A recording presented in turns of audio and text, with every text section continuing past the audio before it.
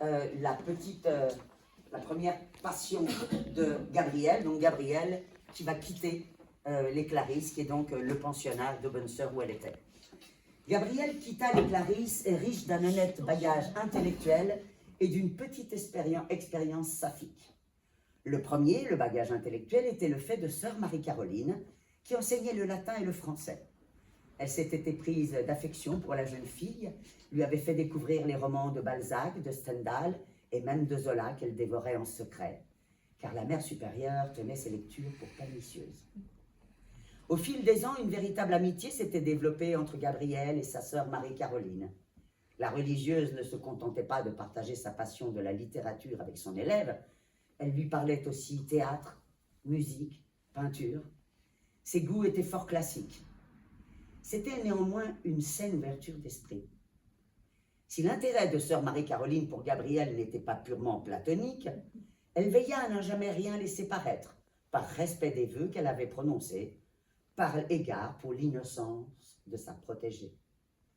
C'était méconnaître la teneur très crue des récits qui circulaient dans le pensionnat, c'était ignorer les baisers qu'on s'échangeait la nuit dans la touffeur des dortoirs, les caresses auxquelles se livraient les plus délurés. Loi Blanche, en l'occurrence, n'était pas Gabrielle, devenue friande de ses plaisirs défendus, mais bien sœur Marie-Caroline. Ainsi, elle va donc se rendre compte qu'elle n'aime pas les hommes. Elle aime les femmes. En même temps, avec les deux frangins qu'elle a, je vous disais aussi, j'ai oublié de vous le dire, mais le livre commence en 1927, donc 2 ans avant le krach, et en fait, le krach boursier aux États-Unis, qui va beaucoup compromettre l'entreprise des parents. Et elle a un frère qui a fait la guerre, qui est une gueule cassée, vous savez, ces gueules cassées de 1914-18, avec qui on recomposait le visage. On le voit très bien chez Le Noir, hein, quand on lit Au revoir là-haut. Et il y a dans le livre de Colin Thibert, c'est pas pour rien, je pense qu'il est passionné d'histoire ou autre, c'est qu'il y a beaucoup de vocabulaire avec des mots très truculents qui ne sont plus employés, qui ne sont plus usités. Et voilà que donc notre chère Gabrielle arrive à la rencontre avec Madame Ernest. Donc c'est précédé par l'abbé Migeot qui va dire à la concierge, il y a un paragraphe extraordinaire que je ne peux pas vous lire parce que ça fait trop d'extraits, c'est le concept qu'avait Madame Ernest, la concierge, sur le locataire idéal. Alors ça, c'est un truc idéal et absolument, absolument délicieux et à mourir de rire.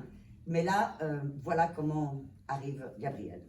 Comment une jeune femme aussi charmante, aussi distinguée, aussi fortunée que Mademoiselle Bertolon, Gabrielle, pouvait-elle perdre son temps à barbouiller des toiles, s'interrogeait Madame Ernest.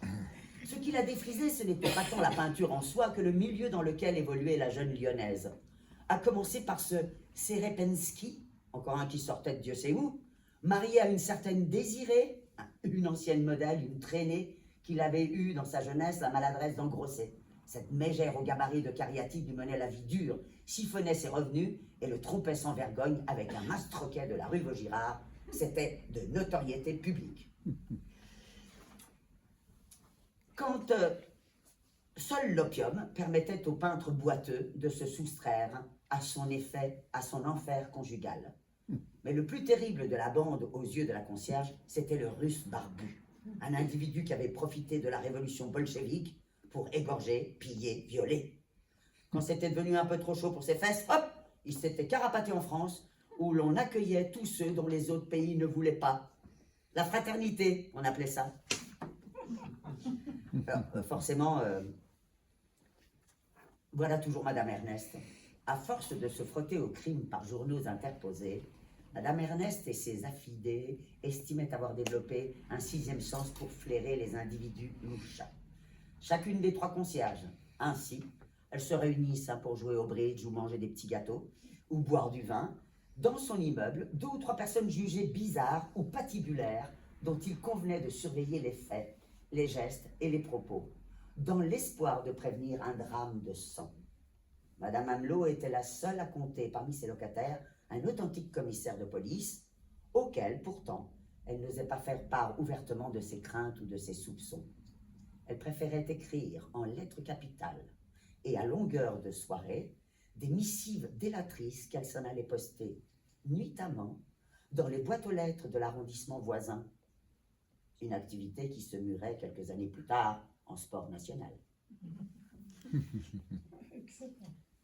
Toujours si polie, toujours si jolie, toujours si bien vêtue, Gabrielle n'entrait évidemment pas dans la catégorie des criminels en puissance. Mais Madame Ernest s'inquiétait, se désolait de la voir fricoter, selon son expression, avec Oleg Oshtichenko et consorts. Que l'un d'eux se présentât à l'entrée du 23, elle le laissait poireauter aussi longtemps que possible avant de consentir à tirer le cordon. On a les vengeances qu'on peut. Lorsqu'elle croisait Gabrielle sous le porche, la concierge s'évertuait à la mettre en garde contre de déplorables fréquentations, usant de périphrases et de détours abscons. « C'est-il donc que vous vous plaisez chez M. Serepensky ?» demandait-elle, par exemple. « C'est un excellent professeur. »« C'est ce qu'on dit, oui. Et les autres ?»« Les autres élèves, vous voulez dire ?»« Oui. Je m'entends bien avec eux, ils sont sympathiques. »« Ah oui, vraiment. Parce que je me suis laissé dire que certains... » « Que certains... » Ah, on sait ce qu'on sait, hein. Allez. Bon. Donc c'est vraiment la concierge. Et puis, bien évidemment, sans trop vous dévoiler, comme le bruit va courir que donc Gabrielle fréquente des peintres et fréquente surtout une femme, une dénommée Marcel, elle va se faire, avec l'aide de toute la bourgeoisie, de l'aide de tout le monde, il y a aussi une agence de détectives privés, elle va se faire donc enlever par ses deux frères, qui pendant ce temps sont victimes du krach boursier, et elle va être internée dans cet hôpital à Neuchâtel, et à Neuchâtel, elle va reprendre la peinture, après avoir été forcément très déprimée.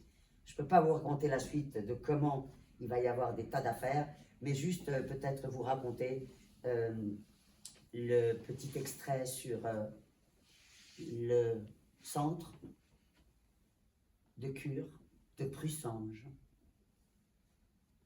À la suite de la consultation, le chanoine se renseigna sur les deux derniers docteurs mentionnés par le psychiatre, Freud et Krafft-Ebing, des Viennois, juifs de surcroît. Méfiance, méfiance. Le premier, Esgas Monitz, était portugais, donc catholique. Sa position était sans ambiguïté. Le saphisme était une maladie mentale dont un traitement approprié pourrait venir à bout. Il eut dès lors l'intime conviction que le docteur Monitz était dans le vrai et s'en revint voir le psychiatre. Gabrielle devait être sauvée. Le médecin n'étant pas contrariant, il abonda en ce sens et remit au chanoine un dépliant illustré de photos sépia. Maison de santé de Prussange, lut l'abbé Migeot, 10 hectares de bois, 1 hectare de vignes, 8 de terre labourable, une serre et une orangerie. Les malades ont la jouissance d'un parc à l'anglaise, planté de hêtres pourpres, de tulipiers, de cèdres et de massifs de rhododendrons. Les locaux spacieux et clairs répondent aux critères les plus exigeants de l'hygiène moderne. Situé dans une campagne paisible, l'établissement vit pratiquement en autarcie. À titre thérapeutique, certains patients sont invités à participer aux travaux agricoles, à travailler à la forge ou à la menuiserie. En matière de traitement des désordres nerveux, Prussange a toujours été à la pointe. L'établissement se situe en Suisse, précisa le docteur Bonnevaux, dans la région de Neuchâtel. Le docteur Lambernet, qui le dirige, est un confrère que je tiens dans la plus haute estime.